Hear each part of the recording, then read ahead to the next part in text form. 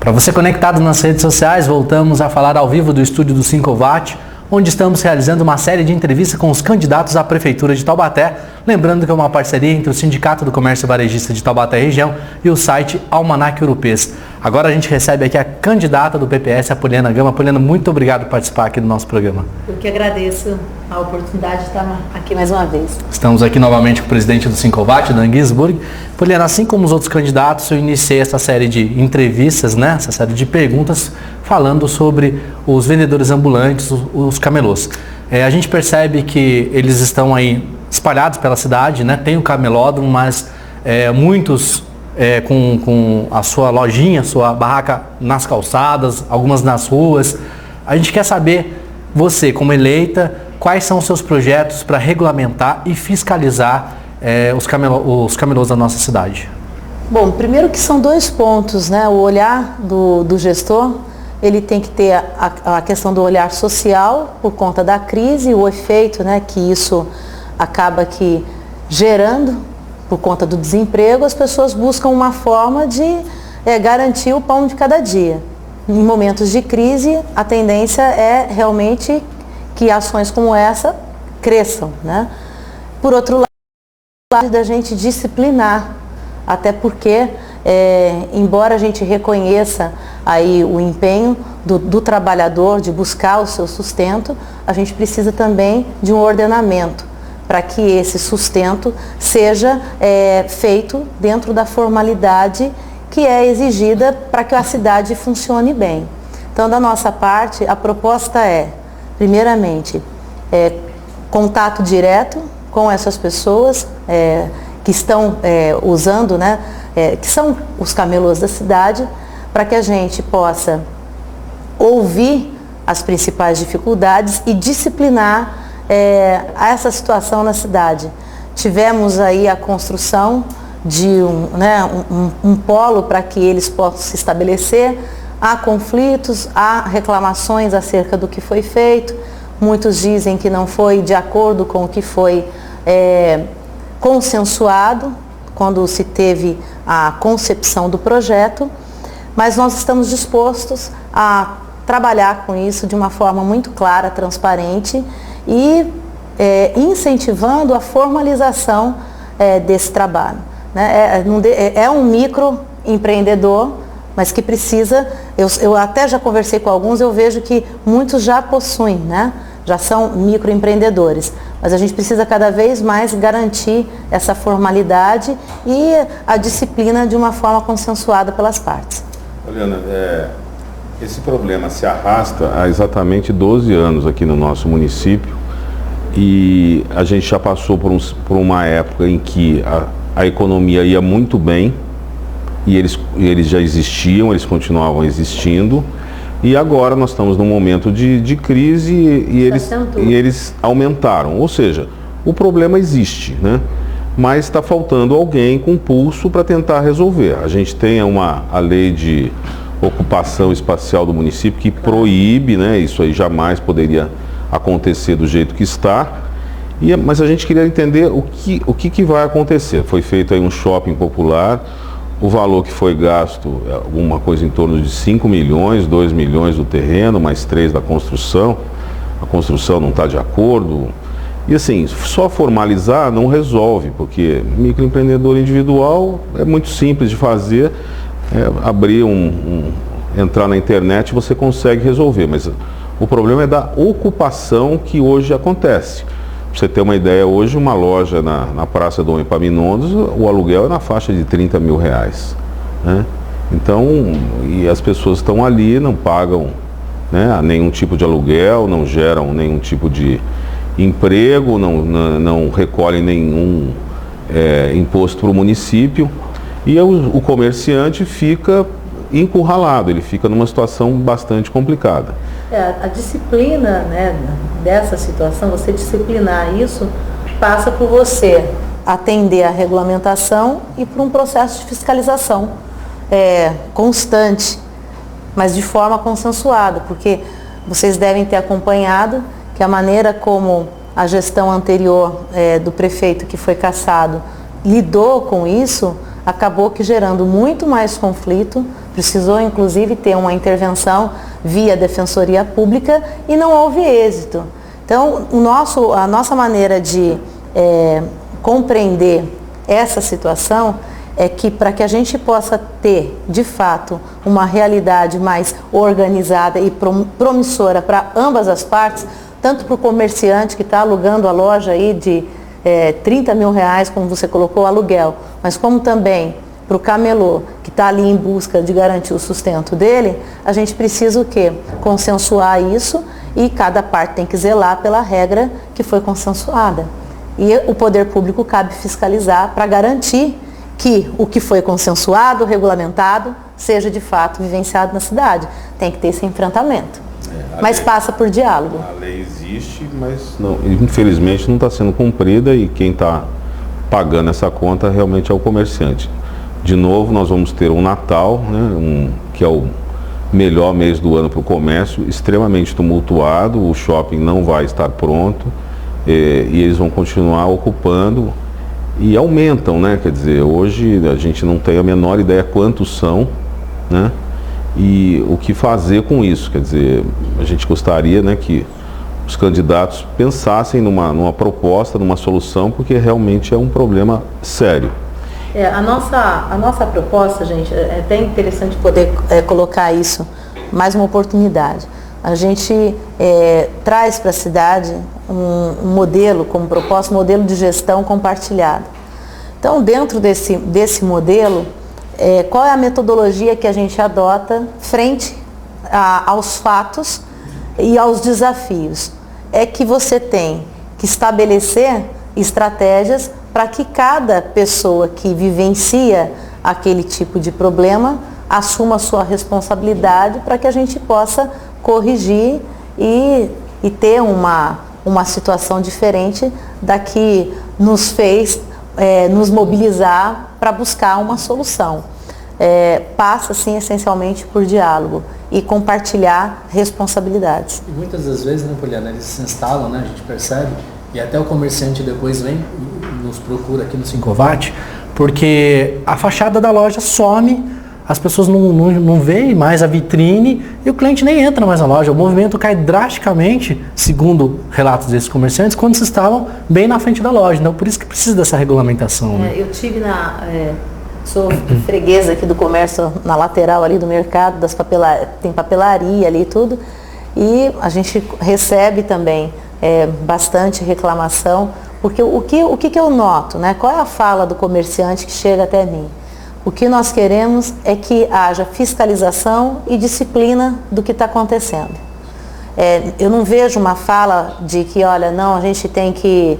Né? Acabar e banir, não é isso? Não é isso. Eu não vejo essa fala do comerciante. O comerciante, ele tem a compreensão do problema social que a gente está vivenciando, mas ele quer realmente o seguinte, pessoal, olha, assim como ele tem o direito de buscar garantir, né, o sustento dele, eu também tenho o meu direito e eu quero, né, nós queremos que ambos os direitos sejam preservados.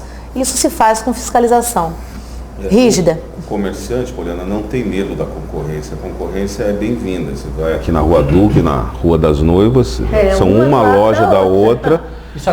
Isso atrai o cliente. O cliente sabe que naquela rua ele vai ter roupa para as festas. E aí sim, o melhor atendimento, o melhor preço vai conseguir atrair aquele cliente. Mas o que nos preocupa é a concorrência desleal, né? Aquela pessoa que não paga imposto e fica ali, e isso realmente atrapalha. Nessa linha também, a gente tem um problema na cidade que são as feiras itinerantes. Né? A última delas foi a Feira de Márias, que se instalou, constantemente se instala ali na Associação dos Empregados. Ela vem, são pessoas de fora da cidade, não gera nenhum tipo de emprego, não gera nenhum imposto para o município, porque são todas lojas de fora, e leva o dinheiro normalmente próximo a uma data interessante. Por exemplo, eles vieram agora no inverno, no começo do inverno, quando estava bastante frio, e os valores, né, que a gente sabe, né, que até a federação, depois o Alexandre vai comentar com vocês, são muito altos. A gente já tentou junto à Câmara Municipal uma lei que dificultasse. A gente sabe que é impossível proibir, né? Não é isso que a gente quer, mas que dificultasse, porque hoje acaba sendo muito fácil essas pessoas se instalarem aqui na cidade. Isso tem acontecido não só em Taubaté, em outras cidades também. Só para pontuar o que o Dan disse, segundo o levantamento da Federação do Comércio, são cerca de 2.300 empregos, né, que deixam de ser formalizados com essas feiras itinerantes, isso falando de um ano, e só de arrecadação tributária cerca de 19 milhões que essas feiras itinerantes acabam deixando de repassar aos municípios. E, além dessa questão da receita, que vocês bem pontuam, tem a questão também do consumidor, que muitas das vezes você vem no final de semana, você adquire ali a peça, de repente chega em casa, vai dizer, opa, peraí, tá meio torto aqui, quando você vai voltar, já foi embora. Aí como é que fica também?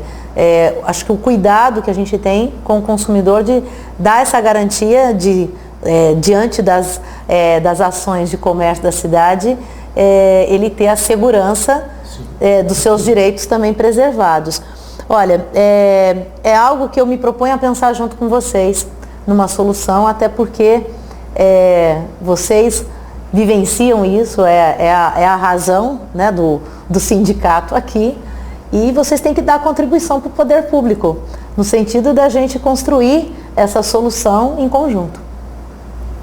Muito bem. Qual seria? Agora eu que pergunto. Seria uma lei bastante restritiva. As taxas que a prefeitura iria cobrar desse pessoal, taxas altas, né, que inibissem esse tipo de comércio. Eu acho que com isso a gente acaba resolvendo. Uma outra ideia. Tem alguma cidade que vocês...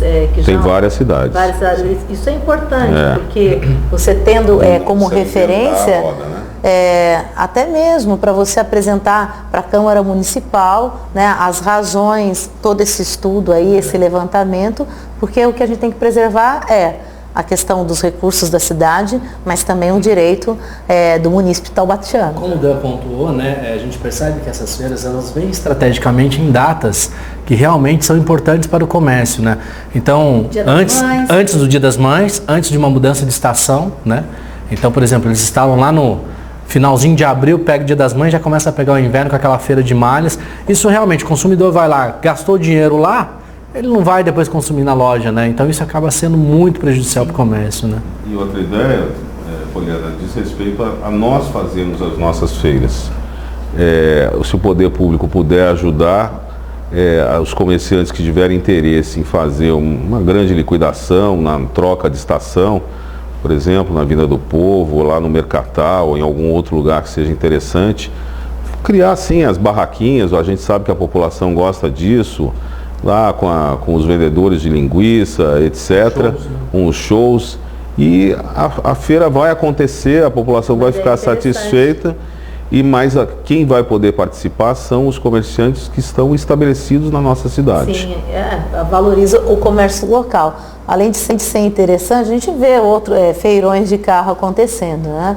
Eu sempre indago, mas espera lá, num espaço público, avenida interditada, para um evento desse, eu vejo, quando você usa o espaço público, que você pode fazer parcerias também com entidades sociais, sim, que podem ser agraciadas, né, com recursos, com uma parte dos recursos que forem, não é arrecadado, mas estabelecidos para as entidades. Né, de alimentos, né? Sim.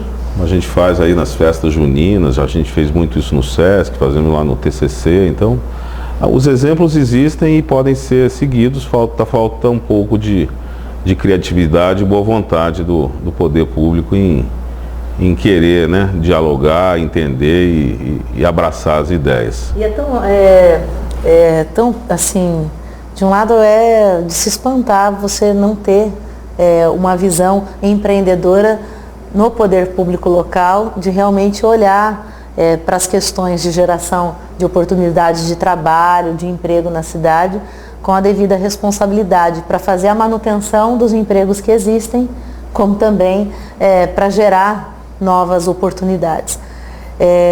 Tem que cada vez mais, a visão que nós temos de de prefeita, numa cidade como a nossa, de vice-prefeito, é de ser realmente esse articulador entre as partes, para que a gente possa construir um novo tempo de fato para a cidade. Você acha então que cabe isso dentro do seu plano de governo? Dá para elaborar essas feiras? Eu acredito que sim. E claro, a gente deixando muito bem estabelecido a responsabilidade para cada uma dessas partes. Quem paga o quê, né? Quem paga o quê? Sempre é isso o importante. Sim. Vamos falar um pouquinho de revitalização na região central. Muito se fala, os comerciantes também nos cobram bastante com relação a isso.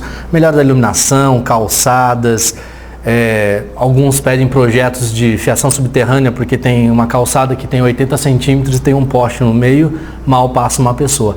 O que você propõe para melhorar o centro com relação à revitalização? Sabe que outro dia eu participei de um debate numa escola e me fizeram essa pergunta. E não foi só na escola, depois também aqui andando na região central, os comerciantes têm questionado. Eu tenho uma memória de infância muito gostosa, de, por exemplo, época de Natal, minha mãe recebia o 13º, então assim, era ir com as filhas para o centro da cidade para ver as luzes de Natal e andar pelas lojas, comer um pastel, uma coxinha, essas coisas, né, de família mesmo. E a gente nota que, infelizmente, nos últimos anos, isso não tem sido algo corrente, né, que tem acontecido, por falta da gente não ter realmente uma estrutura na nossa região central que acolha o cidadão, que faça ele, olha, eu vou lá no centro da cidade porque está com uma iluminação bonita, tem uma atração diferente. E claro, a gente tem a associação comercial na cidade que tem que fazer a sua parte também, tem o sindicato também de vocês, mas e o poder público? Ele tem que realmente fomentar essas ações e organizar para que a gente possa ter aqui algo devidamente estruturado e que acolha bem, que chame atenção. Eu acabei que, nesse momento, assim, me referindo a apenas um período, a questão do Natal, mas a gente não pode reduzir também só ao período das festas de fim de ano. A gente tem que olhar para o todo, para o ano todo, afinal o comércio está aberto o ano todo. Então, o que a gente percebe?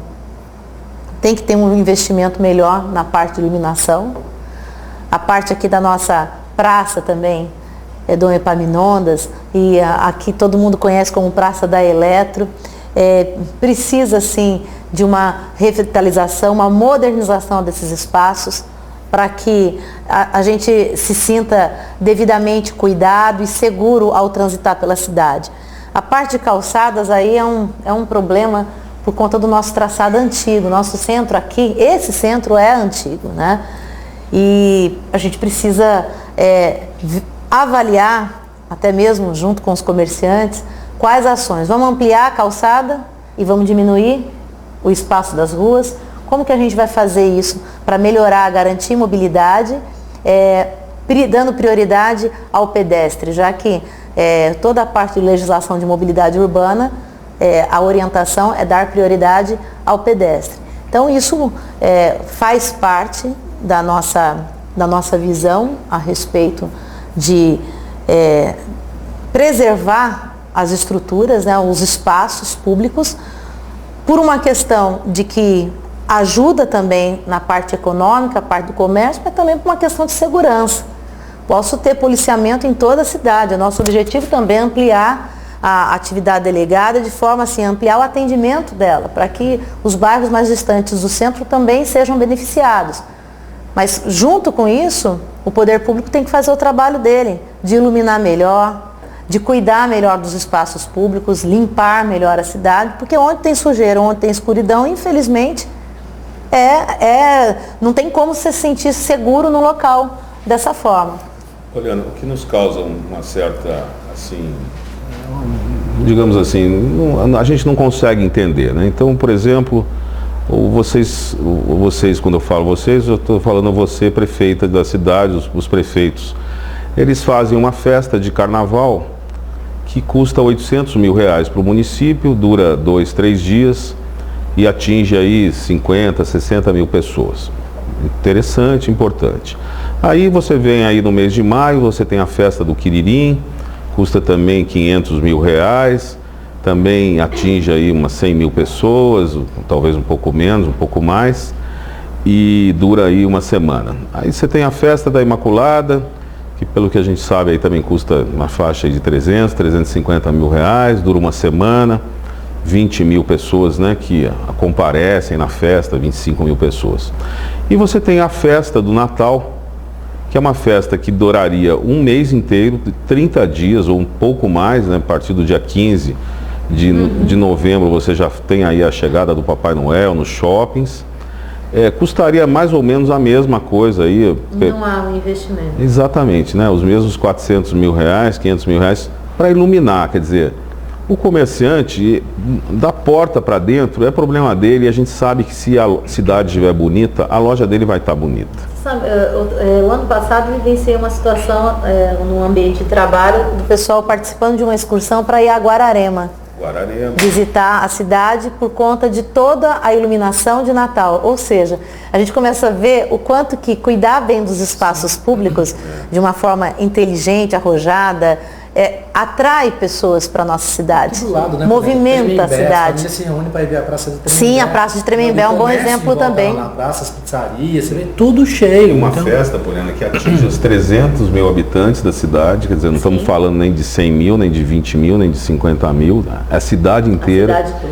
E que dura 30 dias, quer dizer, se você fizer aí o custo-benefício, quanto custa para cada cidadão o carnaval, quanto custa para cada cidadão a festa do Quiririm, quanto custa para o cidadão a festa da Imaculada e as outras festas. A do Natal com certeza seria mais barata, que o município investiria. Assim, eu estive numa cidade chamada Américo de Campos, bem longe daqui, lá perto de Votuporanga. E eles fizeram um trabalho no centro da cidade maravilhoso. Eu fiz vários registros, porque realmente eu quero trazer essa sugestão para vocês aqui em Taubaté.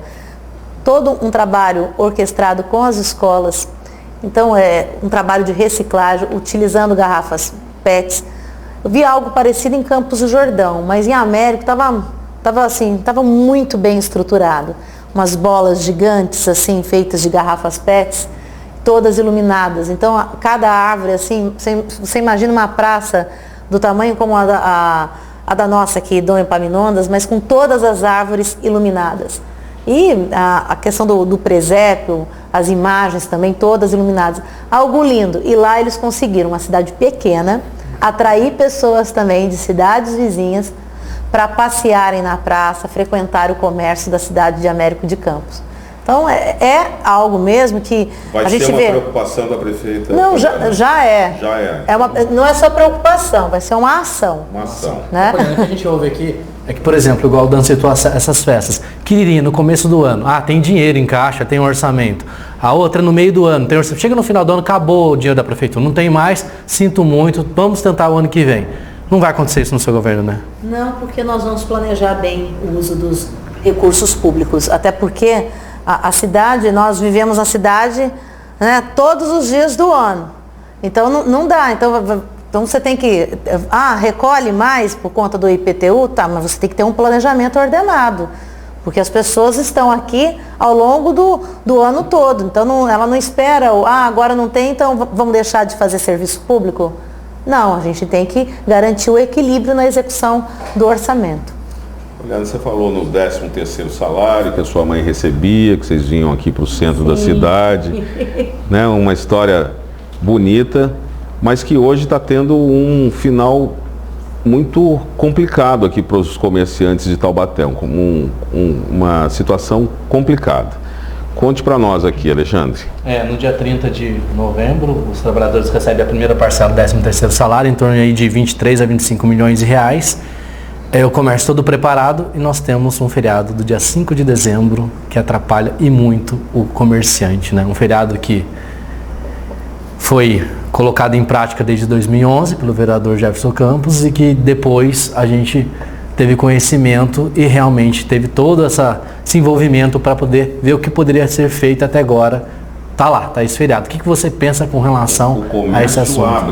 O comércio abre as suas portas. O que a gente não tem é o consumidor, porque ou emenda o feriado e ele vai para Ubatuba, vai passear, ou ele vai para outros lugares fazer a compra, né? Você tem aí prefeitura, Câmara Municipal, todos os serviços fechados. Inclusive a Câmara Municipal comemora o aniversário sempre no dia 4, não no dia 5, é na véspera, né? Esse ano vai comemorar, se eu não me engano, dia 2 e dia 3, porque o feriado cai numa segunda-feira. E assim, atrapalha, porque o dinheiro é um só. Né? Sua mãe recebia o 13º, gastava aqui porque não tinha o feriado. Talvez tivesse o feriado, ela botasse todos vocês num carro e ia passear lá em Ubatuba ou em São Paulo, alguma coisa assim. Então, a gente sabe que é um problema da Câmara Municipal, mas vontade política acaba realmente mudando as coisas, né? Eu até acompanhei um pouco, quem retomou um pouco essa discussão na Câmara foi o vereador João Vidal, onde ele até apresentou um dado. Olha, a gente tem, né, a data do dia 5 de dezembro, é uma data importante, a elevação de Taubaté à condição de vila. Mas a elevação à cidade, conforme os estudos, né, seria em fevereiro. E ele se dispôs a discutir isso, tivemos uma discussão, mas que acabou que não prosperando, né? Da maneira como, no caso, vocês que estão aqui e que vivem, né, do comércio, e empreendem e geram emprego, têm percebido e sentido. O que a gente pode avaliar disso e assumir de compromisso? Nós temos que mostrar dados para a Câmara Municipal de Taubaté, de uma forma sistêmica, organizada, sem vaidade. Porque às vezes, né, as pessoas acabam que levando uma situação de uma política pública que precisa ser muito bem planejada e com uma gestão cada vez mais eficiente, para o lado pessoal, né, para uma questão de vaidade mesmo. E quem está perdendo com isso é a população de Taubaté. Porque por mais que um feriado seja bom, e quem vai dizer que é ruim? As pessoas, todos vão dizer que querem. Né? É uma delícia o feriado. Se você transferir igual. Mas a gente precisa, de repente, consensuar com a comunidade se esse seria mesmo o dia mais adequado para esse feriado. Ou então, digo mais, de colocar para a sociedade a questão do nosso feriado, como que, se as pessoas ficassem na cidade, se a gente tivesse realmente, já que é aniversário, se comemora a elevação à vila, a gente tem que comemorar, como há em outras cidades, né? A gente tem aí vários exemplos, não só no Brasil, mas no mundo, de a cidade comemora o seu dia importante, com atividades esportivas, educacionais, ou seja, a cidade vive aquele dia, pode até ser feriado, mas é feriado para a gente viver a nossa cidade. Tem uma série de ações que podem ser realizadas. Esvaziar a cidade para o pessoal sair. E até mesmo de dizer o seguinte, a gente vive um período de crise e, claro, diante de tanto desemprego, as pessoas passam a necessitar mais do poder público. O setor social que precisa, aumenta, né, a demanda, por exemplo, por benefícios, aumenta a necessidade por escolas. Quantos foram os pais que tiraram os filhos da escola particular e vieram para a escola pública? E tudo isso custa. Então, acredito que o primeiro passo é realmente a gente fazer essa discussão de uma forma séria, sem vaidade, estratégica, apresentando dados, para que a gente possa chegar num consenso pelo bem de Taubaté e pela sua sustentabilidade e a sua organização. E até lembrando, né, Poliana, o dia que o Brasil foi descoberto, que é o dia 22 de abril, não é feriado. Seria um dia importante para o Brasil, né? Uma boa analogia. É interessante que, assim, se todos os aniversários fossem comemorados, a gente não faria mais nada nessa vida, a não ser comemorar os aniversários dos amigos, né? Então, bom... a gente não é só o centro da cidade, a gente também tem os centros de compra, os shoppings. Taubaté hoje tem 2 shoppings, e a gente tem o comércio dos bairros, né, que vem crescendo. E o que a gente nota e o que nos traz preocupação? A desorganização, né? Você tem ali no bairro o sujeito que tem uma oficina mecânica, do lado é uma loja, do outro lado é um cabeleireiro, uma marcenaria, ou seja, um jeito de ocupar esses bairros que nesse momento está funcionando, mas a gente sabe que esses problemas que a gente está tendo no centro hoje, nós vamos estar transferindo para os bairros. Né? A sensação que a gente tem é que a cidade cresceu muito nos últimos anos, mas não conseguiu se desenvolver de forma ordenada. E vários são os bairros que a gente visita, a gente percebe isso, né? Onde é realmente área para residência, família, você percebe que as pessoas começam a transformar em comércio porque não foi planejado uma área específica para a área comercial daquela localidade. Então é uma falha de planejamento e que nós temos por objetivo corrigir. No caso da onde já existe, trabalhar para que a gente possa organizar isso e melhorar o quadro. E para o local onde a gente tem apontado o nosso crescimento, região sul, realmente colaborar com um planejamento cada vez mais ordenado e com uma fiscalização rígida, porque também a quantidade dos loteamentos irregulares que tem também ferido a população de Taubaté, que hoje, por exemplo, não consegue ligar a luz, por quê? Por conta da irregularidade e porque também a prefeitura, ao longo desses últimos anos, acabou que não conseguindo dar conta de fiscalizar. Né? E o problema é vivenciado pela população e hoje, até corrigir, até que ela possa ter acesso a esse mínimo para poder ter a sua casa e habitar com condições, está se levando um bom tempo. Professora Poliana, agora é para professora Poliana. Né? São várias as pessoas. A gente tem aqui no sindicato uma central de estágio, que dá a oportunidade do jovem conseguir aí o seu primeiro emprego, a sua primeira oportunidade. O que a gente tem visto, né? Quer dizer, aqui a coisa de forma, a gente vê a parte prática, né, dos problemas. Esse jovem que chega aqui com 16 anos, e a partir dos 16 anos que a lei do estágio permite que ele consiga o seu primeiro estágio, ele chega da escola, do ensino fundamental, sem saber matemática, sem saber português, muitas vezes sem saber se portar direito, ou seja, está completamente despreparado para a vida. E ele vai provavelmente para um segundo grau, que também deve ser um desastre, e acaba sendo, porque a gente também tem os alunos aí de 18, 19, 20 anos, e depois vai para uma universidade, né, os poucos que conseguem chegar lá, mas nem sempre é uma situação confortável. E o que a gente vê, né, são todos falando do ensino integral, né, vamos colocar os alunos, vamos melhorar a merenda. Mas e a melhora do ensino? Como é que fica isso, professora? Eu adorei a pergunta. Eu imaginava, né? Mas primeiro, a situação em termos de índice de qualidade da educação do município, ela é preocupante. E eu, como professora, vereadora também, né, 3 mandatos de vereadora, isso me preocupa muito, porque a gente tem buscado contribuir para adequar as estruturas da educação pública do município, mas percebemos que temos um grande desafio.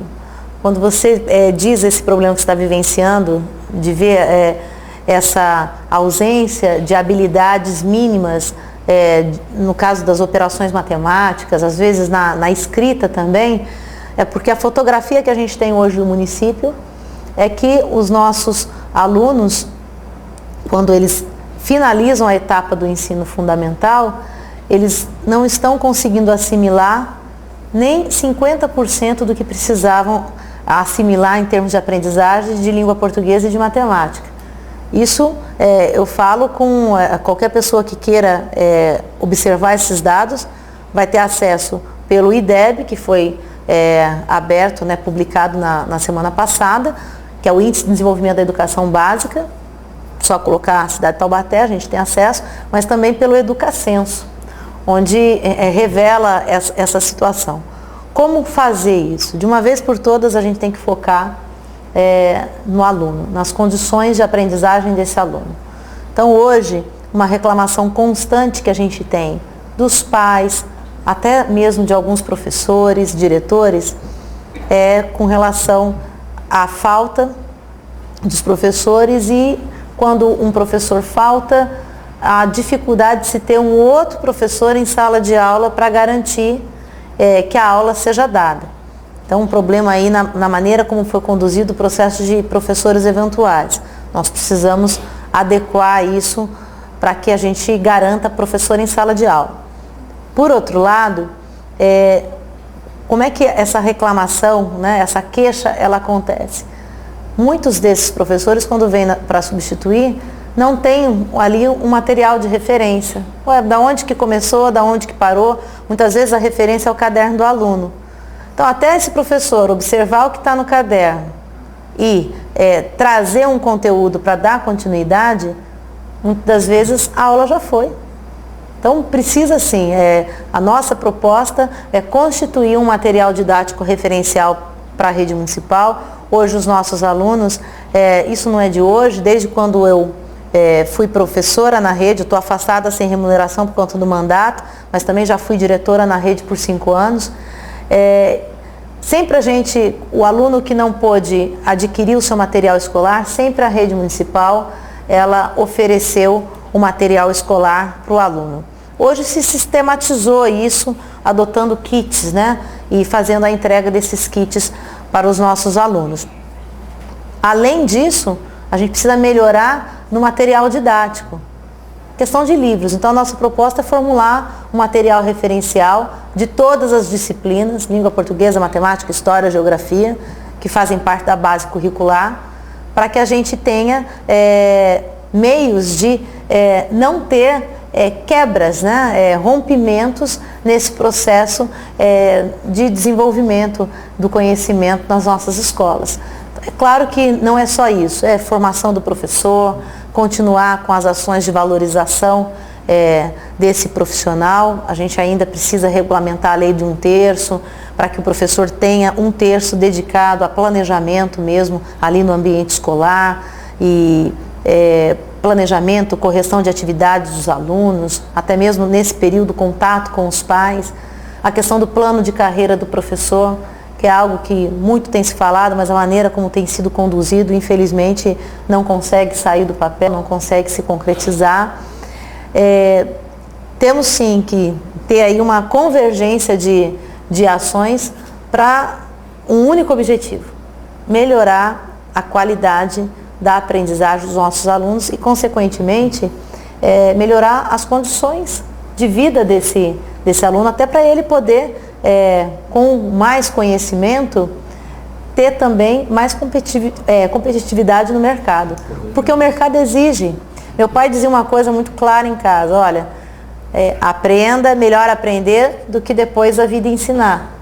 Uma curiosidade, cidades que hoje têm a lei de 1/3, que tem a carreira do professor, você tem um índice melhor do IDEB? Você tem conhecimento com relação a isso? É esse realmente o problema? Olha, a gente tem posso citar uma cidade, que é o município de Novo Horizonte. Lá eles conseguiram regulamentar, então, a situação, né, desse professor, a carga horária, eles têm o melhor IDEB do país. E claro, é um modelo de gestão também que foi adotado. Eles têm um material referencial também, que dá suporte na rede de ensino fundamental, mas é também uma situação de gestão, de você disciplinar. Eles têm avaliações sistematizadas semanalmente.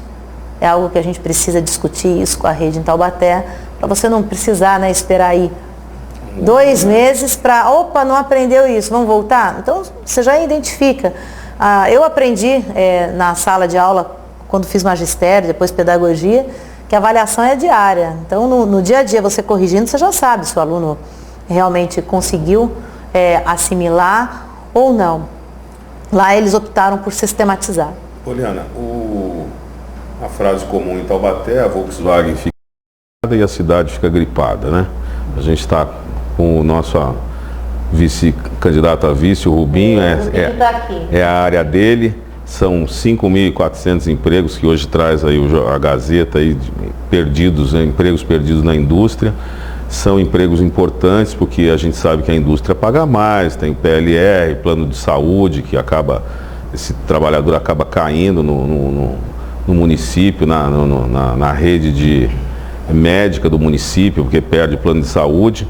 E muito se fala em diversificar o nosso parque industrial. A palavra é bonita, é uma coisa interessante, mas como fazer? Bom, primeira coisa, a gente precisa compor a nossa equipe com gente que tenha credibilidade. Bom, o secretário perante de desenvolvimento já está aos empreendedores. A composição com o Rubinho, ela passa por esse critério.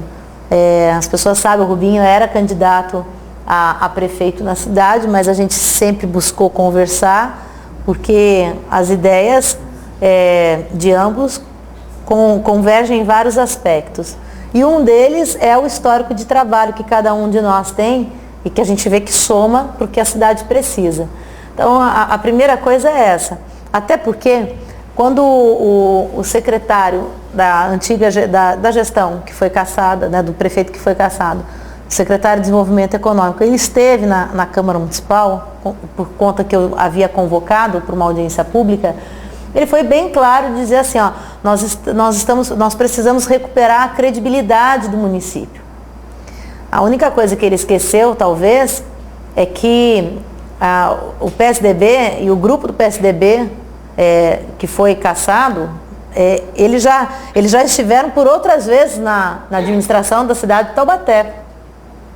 Então, recuperar a credibilidade, é claro, você tem todo um histórico aí, mas o qual, de certa forma, eles têm responsabilidade, sim.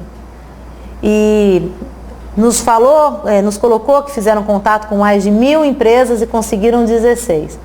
Lançou-se pedras fundamentais, mas emprego mesmo, de fato, até agora a gente não viu esse crescimento. Então, a primeira coisa, Dan, que precisa é um governo sério, composto de pessoas que têm um histórico de trabalho, que tenham credibilidade e que saibam, né, apresentar a cidade.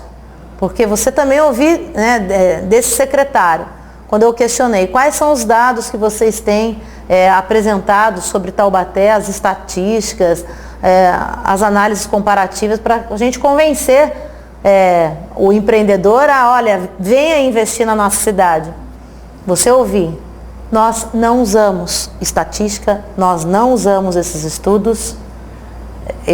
É de se assustar. Uma cidade universitária, né, que tem aí a referência do seu polo industrial, você ouvir que a Secretaria de Desenvolvimento Econômico da cidade não usa de estudos para compor toda essa referência que a gente precisa ter para atrair novos investimentos, é de assustar. Aí você vê realmente a precariedade e o porquê que, infelizmente, a gente não está numa situação melhor hoje e o porquê que a crise impactou tanto a cidade de Taubaté. Pinda é nossa vizinha. E por mais que tenha tido, sim, efeitos da crise, foram bem menores do que o que a gente está sofrendo aqui na nossa cidade de Taubaté. Por que a gente percebe o comércio? Então, por isso que a gente foi lá e, Rubinho, vamos ficar aqui com a gente. O comércio fica nessa expectativa e o consumidor segura mesmo o bolso, claro, né? Se ele está com uma ameaça de... A Volkswagen agora nem demitiu, mas ela colocou os funcionários em férias coletivas e isso já ocasionou, não, eu não sei o que vai acontecer na minha volta do trabalho, então eu não vou gastar, para que eu vou comprar aquilo agora, aquela geladeira? Inclusive o Sincovat fez uma pesquisa inédita, pela primeira vez realizada fora da capital paulista, que foi verificar o índice de confiança do consumidor da cidade. E mostrou que o consumidor estava pessimista, mas é claro, a gente está nesse parque industrial, como o Dan disse, e férias na Volks, Ford, a GM lá na instabilidade, queira ou não, tem bastante gente de Taubaté que trabalha lá. Então o parque automobilístico realmente refletindo diretamente no comércio. Né? Em paralelo a essa questão da diversificação do nosso parque, a gente tem que olhar também para outras formas, né, de fazer a economia acontecer. É claro, como você bem colocou, a indústria, a questão do emprego, o salário, tudo isso impacta de uma forma muito positiva. Até mesmo na exigência de critérios para se ocupar esses empregos, né? Parte, por exemplo, engenharia, enfim. administração, absorve também a nossa comunidade acadêmica aqui, universitária. Mas você tem que olhar para setores da economia criativa, setores culturais, que podem ser melhor potencializados na cidade em termos de geração de oportunidade de trabalho. E também, na ponta, outra ponta, a questão do associativismo e do cooperativismo também, que são iniciativas que, quando bem estruturadas, regulamentadas e organizadas, elas têm aí um efeito bastante positivo. A gente vai discutir bastante cultura ainda no próximo programa, mas a questão do incentivo, né? Você viu aí, a gente tem o sítio do Pica-Pau Amarelo, é a capital nacional da literatura infantil, mas o turismo, exatamente, e isso atrai, né, turistas, né? A gente estava comentando, nós temos um corredor aqui que não sei quantos milhões de turistas saem para ir para Aparecida, para Canção Nova, mas não entra em Taubaté, não tem um algo que traz aqui esse consumidor para a cidade, né, esse turista para a cidade, para consumir aqui no município. O que você pensa com relação? Nós temos que avaliar, pensar Taubaté de uma forma muito bem dirigida para os próximos anos. Por conta até assim, nos momentos de crise,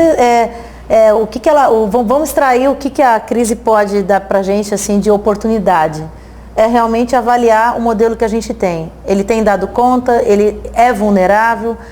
Como que a gente faz? Diversifica, mas vamos potencializar outros aspectos da cidade para que a gente, quando tiver um impacto na indústria automotiva, a gente não sinta tanto o quanto a gente está sentindo agora. Um dos meios que eu avalio e que a gente precisa realmente investir, estruturar melhor, é a questão cultural da cidade para dinamizar o nosso turismo. A localização nossa é privilegiada. Quantas pessoas que vêm de fora, eu tenho 2 irmãs que moram fora de Taubaté, então volta e meia para as festas aí de fim de ano, Dia das Mães, acaba que vindo um amigo ou outro junto, né, do local onde elas moram para conhecer a nossa cidade. Eles ficam encantados de saber, poxa, vocês estão a 1h30 do mar, a 45 minutos da montanha, a 30 minutos da capital religiosa, né, católica do país, a 1h30 da capital do nosso estado de São Paulo. Então é uma localização muito interessante. E paralelo a isso, a gente tem uma riqueza cultural aqui, mas que não tem tido a devida atenção. O sítio é o modelo, os nossos museus também. Infelizmente, você pegar um museu da imagem do som, que você tem funcionário lá que paga do próprio bolso para fazer manutenção de uma série de materiais e que chora para a gente, dizendo o seguinte: a gente está perdendo, está correndo o risco de perder alguns materiais porque não tem o desumidificador para a gente poder tratar bem das fotografias. É muito triste. E o museu, a gente poderia ter museus abertos nos finais de semana. Ter um rodízio entre funcionários para isso. Quantas são as cidades que usam dos seus museus como uma atração turística para receber? E a questão também, fora essa situação do nosso museu, realmente de todo o nosso folclore aqui. Eu trabalhei como recreacionista infantil no Hotel Mazzaropi, quando eu tinha meus 18 anos. E os turistas vinham e a gente tinha aquela coisa assim, era semanalmente o dia que se ia conhecer as figureiras da Rua Imaculada. Então era algo assim que já certo. Mas quantas são as pessoas, até mesmo da nossa cidade, que conhecem lá? Então realmente a gente precisa organizar de forma que Taubaté conheça e redescubra Taubaté, para a gente potencializar tudo isso. E tem que cuidar bem, porque para atrair visita, a gente quer ver coisa bonita.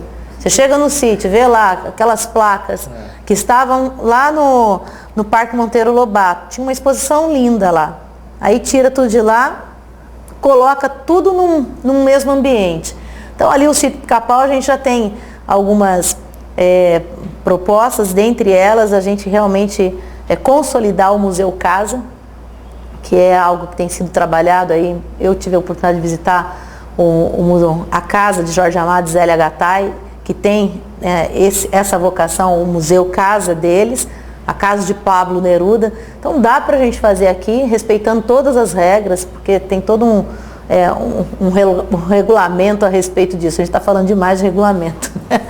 Mas precisa, né? Para as coisas se organizarem. A gente tem um orçamento que é muito engessado, 25% da educação, 15% da saúde, o teto aí para o funcionalismo, sobra muito pouco dinheiro, né? Percentualmente falando, o dinheiro pode até ser bastante, para se fazer tudo isso, né? As propostas são lindas, né? No papel cabe muita coisa, né? O papel aceita tudo. Mas e aí? Como é que nós vamos fazer isso acontecer? Primeiro a gente tem que saber investir. Não dá para desperdiçar. Não dá, por exemplo, a gente tem 25% da educação, mas tem uma quantidade enorme ainda de crianças, né, fora do berçário com mãe, em plena crise. Às vezes consegue oportunidade de trabalho, mas não consegue ir para o serviço porque não tem onde deixar o neném. E aí você tem a administração comprando um prédio por 2,5 milhões de reais no centro da cidade, há 2 anos atrás, que está até agora fechado, com uma placa lá dizendo o seguinte, que vai gastar mais 500 mil para reformar. Isso para mim é desperdício. Não se deu prioridade para a real necessidade que se tem. Claro que a gente tem na cultura aí previsto para o próximo ano cerca de 14 ou 16 milhões, se não me falha a memória.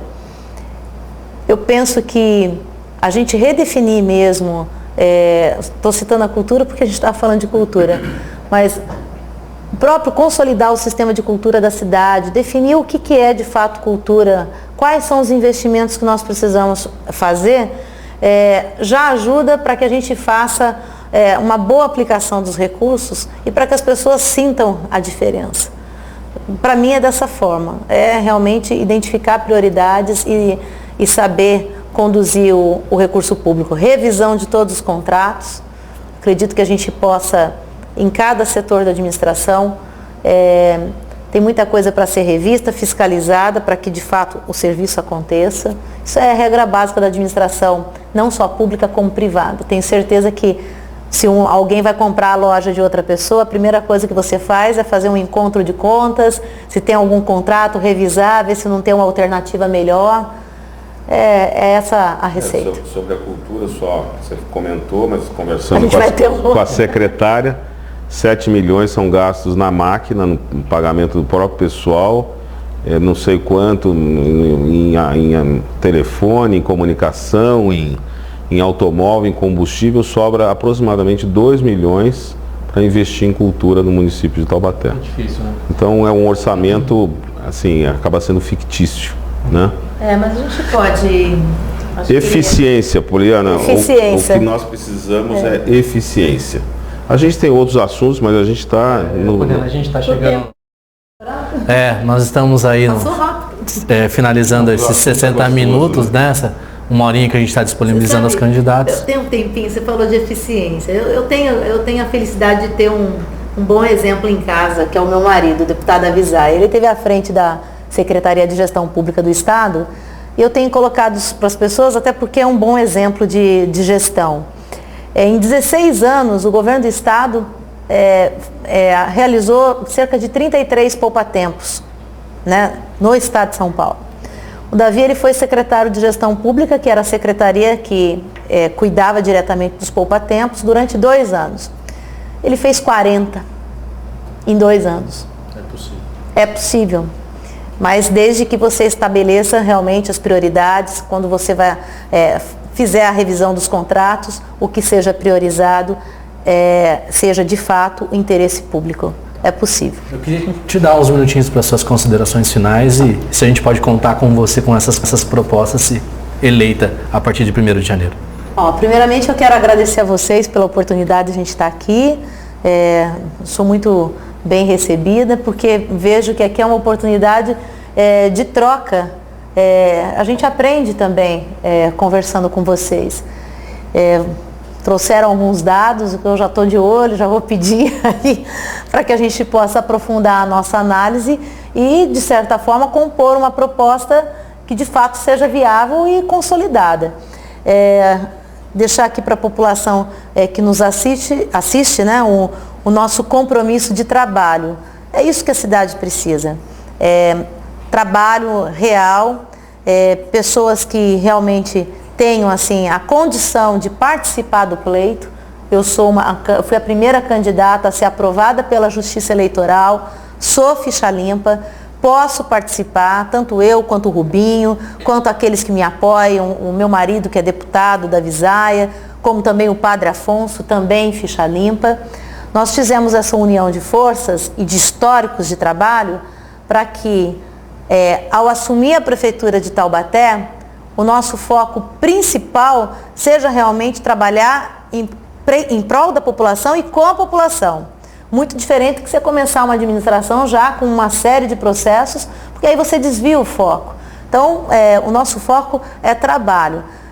Peço o voto de vocês, peço que analisem as nossas propostas e no dia 2, vote 23.